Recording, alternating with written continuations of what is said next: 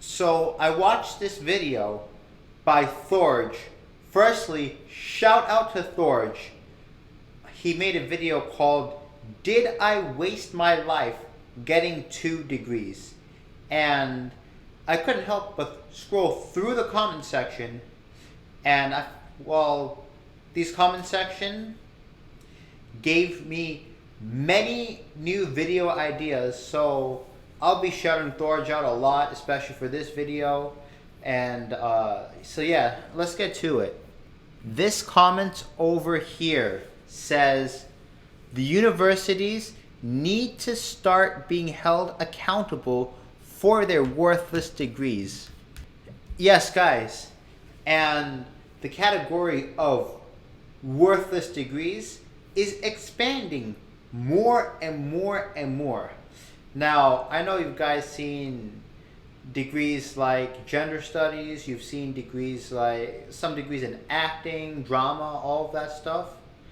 First, if you wanted to be an actor, probably wouldn't have gone to college to learn acting skills. I would have probably taken acting lessons, going to an acting school.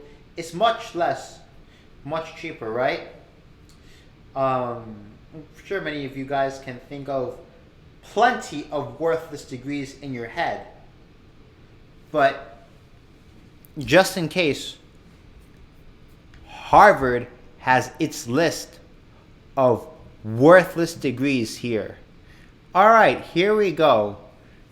Based on Harvard research and labor market trends, the following degrees are losing their long-term market advantage. I argue that pretty much in this day and age of AI, almost every degree is losing their advantages. I mean, in the past, you've had recruiters, you've had companies lining up in these colleges in the career fair to trying to get college graduates, trying to get people started in their companies and everything, and then grow that way, which benefited everyone. But now, I don't know if you guys are in college or you guys went to college recently. You go to a career fair and it doesn't even give you an advantage because many of the companies just say apply online. You apply online and you'll be in a pile of thousands or even hundreds or even thousands of applications. So then just to hear apply online, they're not even collecting resumes, doing recruiting on the spot, maybe some on the spot interviews, and they're just telling you to apply online anyways. Even the career fairs have lost their advantage over those who chose to stay home. So yeah, bit of a tangent, but let's get back to this. General Business Administration, MBAs included. Oh yes, even the MBAs from Harvard, Wharton. I've done a video on people who graduated from Harvard and they weren't able to get a job.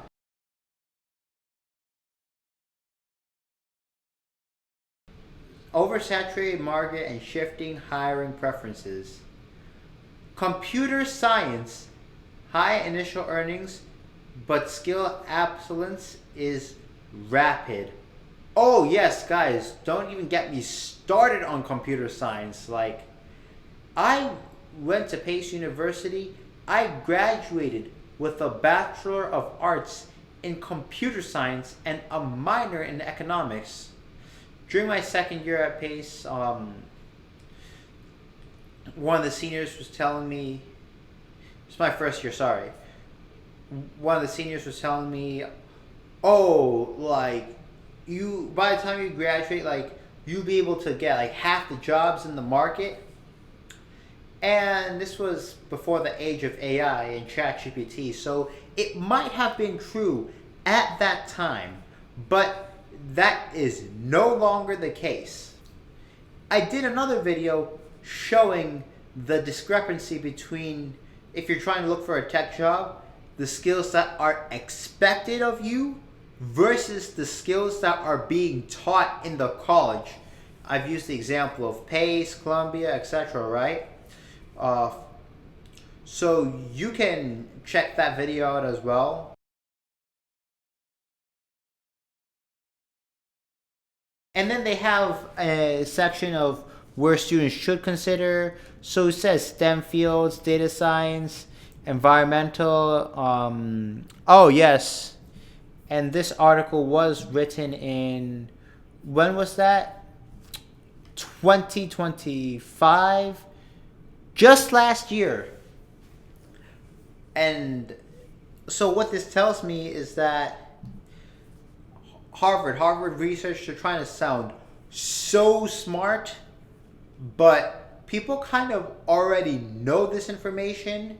It's not like you gave us all this information for the general public knew. This is kind of common knowledge. So on a way of, so when you think about the breakthrough discoveries, you're a day late and $1 short. As if this article wasn't bad enough, Harvard pretending they found some breakthrough discovery or pretending that they found information early before the general public, they provide worthless degrees themselves and teach like the absolutely worthless class that have no market relevance in today's society and that did not have market relevance before ChatGPT and the age of AI. All right. So, according to the New York Post, Harvard hires a drag queen named Lahore Vagistine as a visiting professor. Now, guys, I saw this on Instagram, and not everything you see on Instagram is reliable, so I wasn't quick to believe it. I thought this was a joke, but I did some research as I do for my videos, and I like to put evidence in my videos and everything, so you guys don't think I'm making stuff up. I've also gotten feedback in the past that I need to put evidence in my videos. Someone who saw my videos was saying, you could be right about everything you talked about, but you wouldn't have credibility if you don't put evidence in your videos. So that's exactly what I'm doing here from an article from New York Post. Okay. And she was from Tufts University. So yeah, this is the professor here, as you can see. Hair colored orange, like outrageous colors and all of that stuff, right? That doesn't look like a professor to me. Might look like an actor, a performer, but definitely not a teacher. I mean, even the name here, you would think this person is trying to make a mockery. You would think, okay, maybe this is the female version of Sacha Baron Cohen. But no, guys, this is all serious stuff. So she says, sorry, I don't want to assume anyone's gender, but this person says, my name is Lahore Vagstein. My preferred pronouns are she or auntie. I chose Lahore because my family traces it to origins into Pakistan. Lahore is an important city in Pakistan as well, and I am a bit of a drag queen said. And Vagistine because I see one subcontinent as one big beautiful Vag-stein. He wrote, she, I mean, even the article is kind of misgendering this person. Pronouns are she or auntie. Now, I don't know if she or auntie saw this article and got offended by that, but anyways.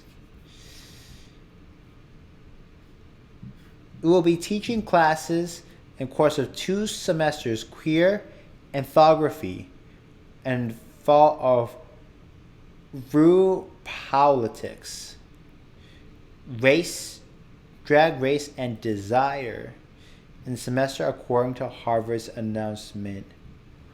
Wow, this is absolutely insane.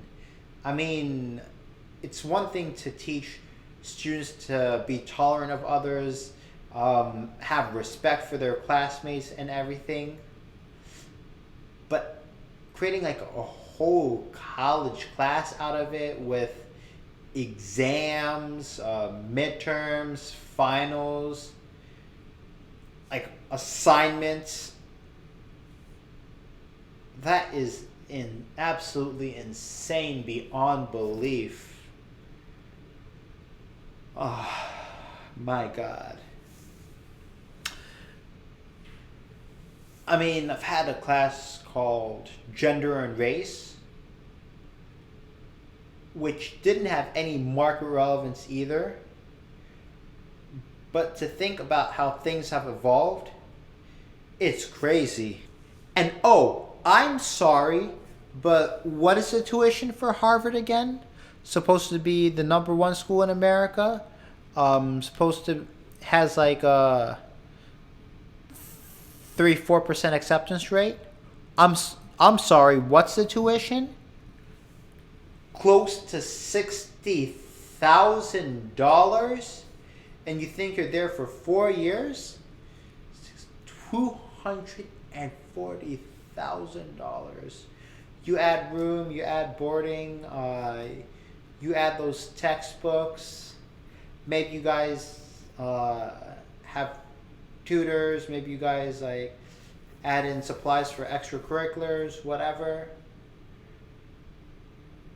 4 years time, it would have been $250,000. And to think that they have a class like this, which would be considered a joke on their campus, is ludicrous. Like 20 years ago, this would have been unimaginable, unthinkable. But now that they have it, it is kind of ridiculous, right? I mean, I can't imagine like parents sending their kids off to college, especially like what's supposed to be like a number one, number two school in the entire country, maybe even the entire world. Like, and parents paying like $60,000, or people are taking out enormous sums of loans, the types of loans that many people won't be able to pay back in their lifetimes to study this. Come on, it's like taking out $250,000 in loans to go and see a comedy show. I mean, with this day and age of buy now, pay later, Klarna and everything, I mean, I guess people finance comedy show tickets as well, because people finance Coachella. In case you guys forgot, or in case you guys never heard of it, people. Yep, here you go, guys. At Forbes article talking about buy now, pay later boom at Coachella, as the tickets were expensive. So instead of like looking at the tickets and being like, maybe this isn't worth the price, maybe I can't afford it, and instead of the group of people getting together and saying, no way, price is too high, and boycotting the event until the tickets become cheaper, people are borrowing money to go to a concert. I mean, I guess for a comedy show, if this was a comedy show, people would have borrowed money for that as well. But again, like 15, 20 years ago, hell, especially in the 90s, people wouldn't have done it. People would have thought that you were crazy to borrow money to go to a concert, comedy show. And who knows, maybe soon enough people might be borrowing money to go to the movie theater. It could be possible, but it would be hard for me to imagine a parent knowing that these are the classes being taught at an elite university and gladly paying for it. Now, maybe the parents are remembering the time they went to college and they don't believe these classes exist. Like they think this might be fake news, a joke and everything. And they still believe that going to college like guarantees you a higher paying job after graduating. Hell, I've even had a professor tell me that college students make $1 million more over their lifetime than students who don't go to college, who just have the high school degree. But this assumes that they get a job in the first place, get it in a timely manner from graduating college, and that they don't get laid off, that they don't get stuck in major debt like they get laid off, their rental contract is not over, and the rental contract lasts longer than their unemployment insurance. This assumes every last detail goes perfectly. You want to know something, guys? This is what happens like when the universities keep on raising their prices, the quality of services go down, and even the career services, like they're not really focused on building connections for the students, because most of these jobs are coming from connections, right? So according to this article, over half the workers admit getting hired through a connection. I'm pretty sure it's higher than that, but this is just people who admit it, because some people, they don't even like to admit it. They just want to pretend it's their own skills, merit, etc.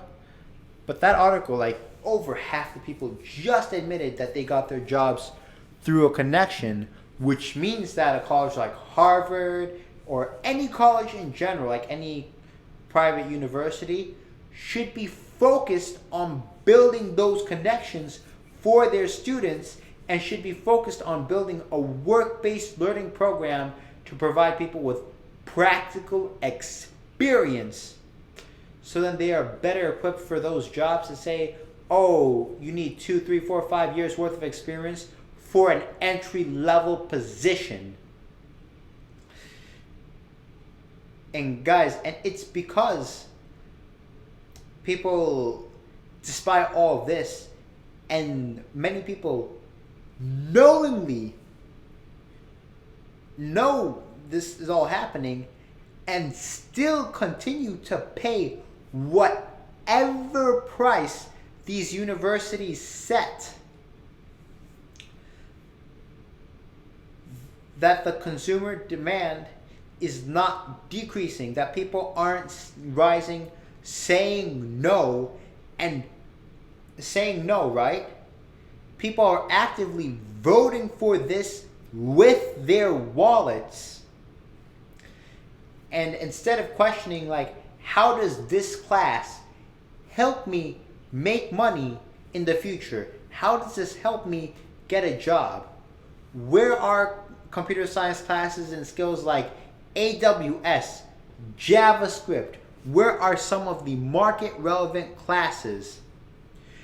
And also, why am I paying more than those before me and getting less services and support, and where I need help?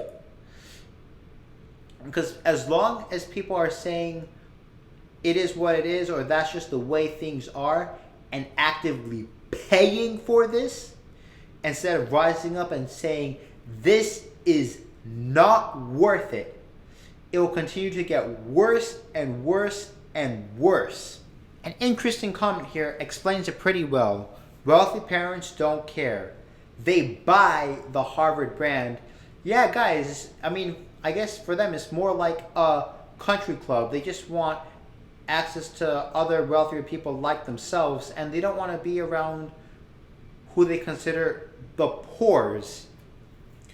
So I guess they truly don't care what they're teaching in these classes. Okay, so another comment here. This is one of the talking points that I have told many people, and they're like, oh, it's more than just money. College is not all about making money. You build character. Something like you build character, like silly, come on. Like, oh, you're more well-rounded. But to pay like $40,000, $50,000, $60,000 for that? It's coming from Will Shaw. Yes. And the only reason to go to college is to make money. It's not like it gives you a good basic education, unique experiences, and turns you on to things you never explore. Yes, and when I was learning math in college, I actually found Khan Academy, which teaches math for free, to be better than the college classes that I've had. See, instructor, like, he's Sal Khan, he was an Ivy League graduate. He just put so much more care into his lessons than most of these math professors. So yeah, I mean, as long as people continue to pay for this nonsense, it will keep on happening. And as these universities don't have an incentive to actually help students generate gainful employment and make money overall. So anyways, guys, I've just explained to you, I've just shown you a lot of evidence of why we need to hold these universities accountable and get people to boycott these universities. I mean, if you guys went to college, graduated from college recently, you're like me or Thorge, and you didn't get a job, I mean, you've had people tell you, like, pretty much tell you you'd be guaranteed a job, you'd be foolish not to go to college and everything. Well, guess what? Together, we can change the narrative. So if you like this video, please don't forget to smash that like button, subscribe with bell notifications, leave a comment, and share this video.